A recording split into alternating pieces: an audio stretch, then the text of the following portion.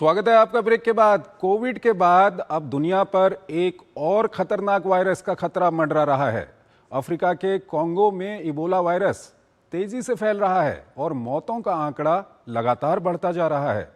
WHO ने इसे public health emergency घोषित कर दिया है, जबकि भारत ने भी एहतियात के तौर पर निगरानी बढ़ा दी है।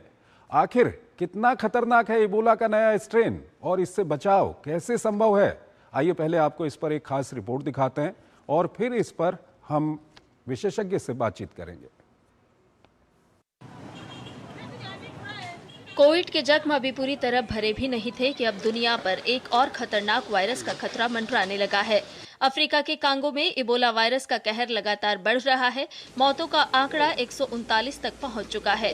इस घातक वायरस के अब तक 600 से ज्यादा संदिग्ध मामलों ने स्वास्थ्य एजेंसियों की नींद उड़ा दी है।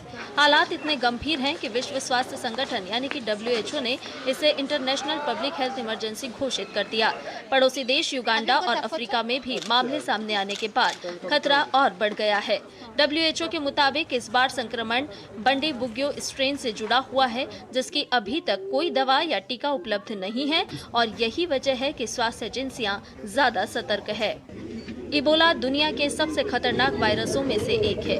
मौजूदा इबोला का प्रकोप वायरस के एक दुर्लभ प्रकार बुंडीबुग्यो के नाम से जाना जाता है। इसका नाम युगांडा के बुंडीबुग्यो प्रांत के नाम पर रखा गया है। वर्ष 2007-2008 में एक प्रकोप के दौरान इसकी पहली बार पहचान की गई थी। इबोला संक्रमित व्यक्ति के खून, पसीने, उल्टी, लार और शरीर के दूसरे फ्लूइड्स के संपर्क में आने, जंगली जानवरों के मांस का सेवन या उनके संपर्क में आने से फैलता है। तेज बुखार, भयंकर कमजोरी, उल्टी दस्त, शरीर में दर्द और कई मामलों में ब्लीडिंग इसके बड़े लक्षण माने जाते हैं। विशेषज्ञों के मुताबिक अगर समय रहते इलाज और आइसोलेशन ना मिले तो ये वायरस जानलेवा साबित हो सकता है। हालांकि कुछ इबोला स्ट्रेन के लिए वैक्सीन मौजूद हैं, लेकिन हर वेरिएंट पर असरदार इलाज अब भी चुनौती बना हुआ है। इबोला वायरस के बढ़ते खतरे के बीच भारत ने बचाव के लिए तैयारियां शुरू कर दी हैं। हालांकि भारत में अब तक इबोला वायरस का एक भी मामला सामने नहीं आया है, लेकिन केंद्र सरकार ने सतर्कता बढ़ा दी है। एयरपोर्ट्स पर निगरानी तेज कर दी गई है। खासकर कांगो, युगांडा और साउथ सूडान से आने वाले यात्रियों की स्क्रीनिंग की जा रही है।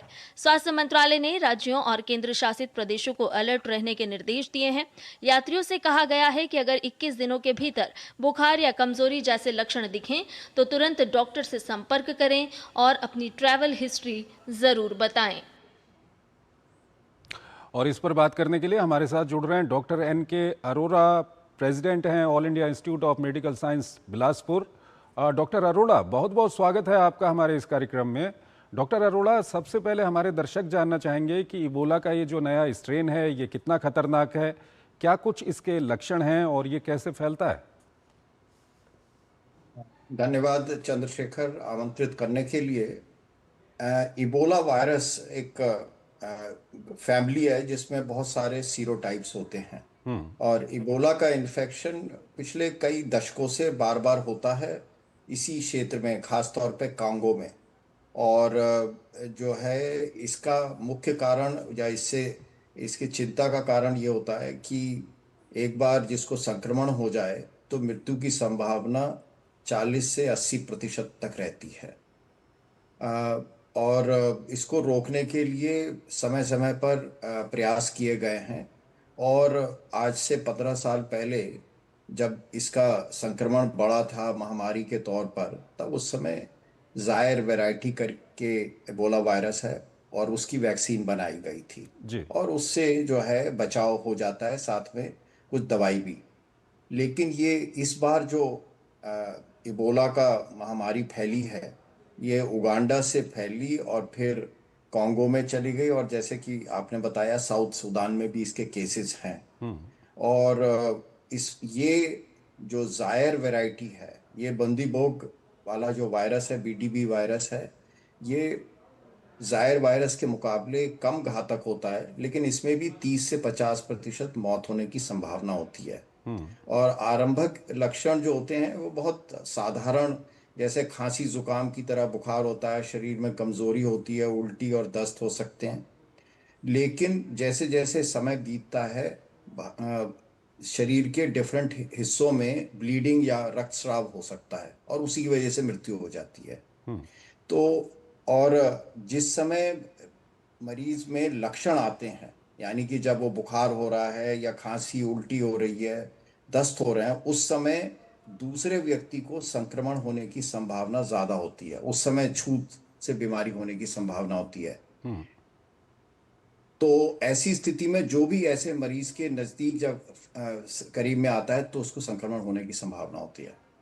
मजे की बात है कि ये संक्रमण शुरुआत होता है चमगादड़ों से, इसको फ्रूट बैट्स कहते हैं, और फिर उसके बाद बंदरों से, और बंदरों के बाद जो है मनुष्यों में आता है। और आमतौर पर देखा गया कि ऐसे क्षेत्र में जब बंदरों की मृत्यु होने लगे तो लोगों को कुछ अंदाजा लगता है कि इबोला फैलने वाला है। यहाँ पर एक, जहाँ तक भारत का संबंध है, यह सौभाग्य कि आज तक इबोला का एक भी केस भारत में नहीं हुआ है। और इसका कारण यह है कि हमारी सर्वेलेंस और जो निरीक्षण किया जाता है बाहर से आने वालों का बहुत अच्छी तरीके से, और इस तरीके से सौभाग्य से अभी तक कोई मरीज नहीं आया है।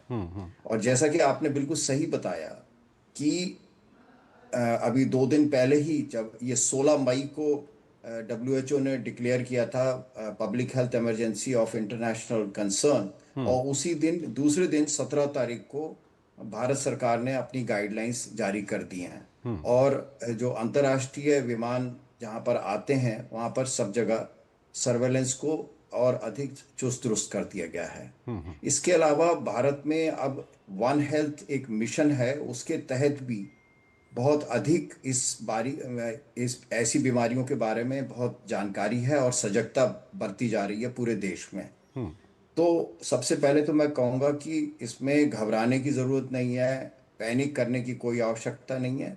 इस समय पूरा अच्छी तरीके से कोशिश की जा रही है कि कोई भी अगर मरीज़ अगर आता है, ख़ासतौर पर उगांडा, कॉन्गो, सूडान और आसपास के जो वहाँ के जो देश हैं, वहाँ से कोई मरीज़ आ रहा है तो उनकी जांच बहुत अच्छी तरीके से की जा रही है, और फिर उनको इस तरीके से उसमें रखा जाता है सर्वेलेंस में कि अगर कोई इन्फेक्शन हो। लेकिन अगर कोई किसी को इस क्षेत्र से आया है और उसको बुखार हो जाता है या कोई लक्षण पैदा होते हैं तो तुरंत स्वास्थ्य अधिकारियों को बताने की आवश्यकता रहती है। ठीक है सर, बहुत बहुत शुक्रिया सर, आप हमारे इस कार्यक्रम में जुड़े और मुझे ज़्यादा सवाल पूछने की ज़रूरत भी नहीं पड़ी। आपने पूरी जानकारी जो है हमारे दर्शकों के साथ साझा की, बहुत बहुत शुक्रिया आपका। और इसी के साथ अंतर्राष्ट्रीय खबरों के हमारे इस खास कार्यक्रम को हम यहीं पर समाप्त करते हैं, लेकिन जाते जाते आपको छोड़ जाते हैं आज की कुछ और बड़ी और महत्वपूर्ण अंतर्राष्ट्रीय खबरों के साथ। आप इन खबरों को देखिए और हमारी पूरी टीम को इजाज़त दीजिए। नमस्कार।